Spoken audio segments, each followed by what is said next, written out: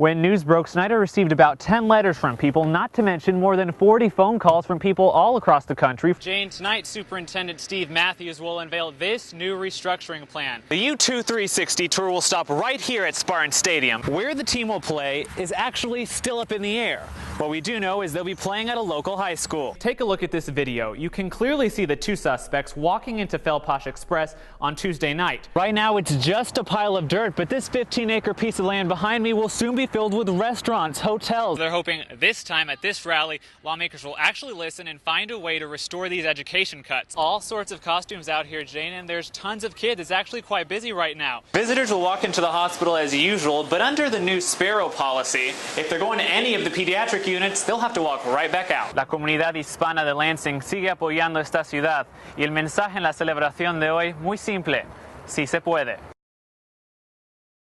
It's a story you'll only see on 6 News. A Lansing 10th grader says she was harassed and discriminated against on a school bus yesterday, but not by a fellow student. Marcelino Benito met up with her and shows us what her bus driver said on that ride home.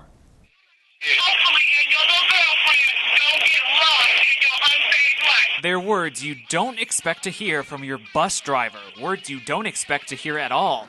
But China Larkin heard them loud and clear. When I got off the bus, as soon as I stood up and was about to get off the bus, she was like, "Now you can get your gay self off my bus." Well, she said, "Get your gay tail off my bus." Once the 10th grader got off the bus, she told her parents. I was like, oh my goodness. First, because who is she? She's not a counselor. She's not a therapist. We didn't take China to her to get advice. This morning, China and her parents filed a complaint with the district. They allege the driver of bus 33 harassed the girl because of her sexual orientation. She was like, "Y'all awful close, ain't you?" Witnesses say that's exactly what happened. And she was like, because the truth is, a boy's supposed to like a girl, not a girl like a girl. I never heard a bus driver talk to a student like that. Charles Williams taped the scene with his phone, and the family fears without it, there'd be a lot of doubt. It would be the children against her. There were at least 20 students on board at the time. Students district officials may interview.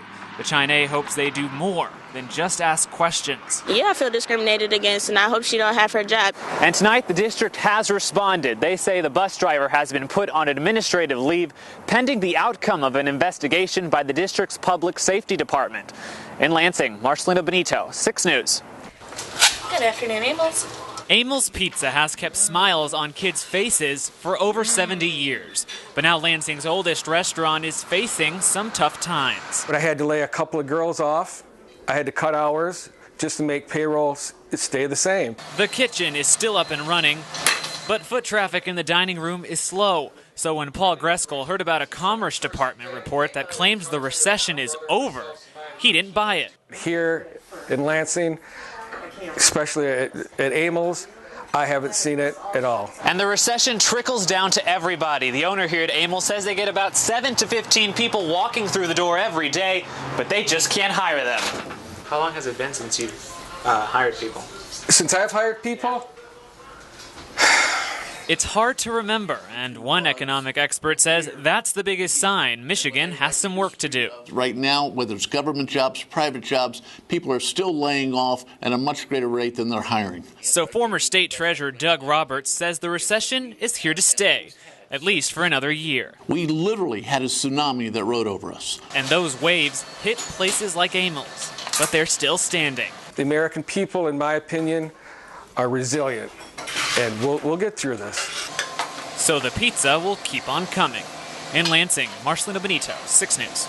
Schools across the state are still struggling, so Michigan parents turn to an old-fashioned way to make some money. Marcelino Benito shows us what they did outside of the Capitol to help their local schools.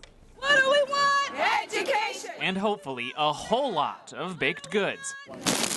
Enough baked goods to erase devastating school funding cuts. But these Michigan parents are realistic. Will you get close? Maybe. Sure. It's just too big a deficit. Dearborn schools need $18 million. There's a $4.3 million cupcake for sale. Northville needs $4.3. Michigan needs $264 million. And right now they have maybe $100. Not even close. But it's not about the money. it's symbolic. It's more of an old-fashioned mom shaking their finger a bit saying, hello, fix the problem. Can danishes and muffins really solve this funding crisis? Well, no, and they know that. But this bake sale's really meant to get the attention of the boys and girls up there. I think they know that we're here and that parents care enough to come and be here to let them know that the cuts cannot stand. So if legislators can't get creative and do a little math, then Michigan's parents will. If I could get, let's see, $1 million per cookie, how's that? And they're good. I could do that. I think I'm going to buy a cookie. But they hope lawmakers do more than just buy a cookie. In Lansing, Marcelino Benito, 6 News. Good evening, I'm Marcelino Benito with your 6 News in a minute. The Lansing Police Union and the city have just agreed to put its officers on 12-hour shifts. The Spanish Village apartment complex on Griggs Road will be in the dark just hours from now. We'll bring you up-to-the-date information as soon as we get it. Tonight, police are asking why one Texas City man felt the need to chain up his teenage son. It was definitely a rare case. The families of victims of the Virginia Tech shooting are angry after a new discovery in the case. Coming up, astronauts stop work earlier than expected today at the space station. We'll tell you why. And you won't want to miss this. One high school principal gets something unexpected when her students decide to have a food fight in the cafeteria. When Eyewitness News returns. After 5 years of investigations, police say they've busted huge drug rings in Los Angeles and Detroit, but they say the case started in Lansing.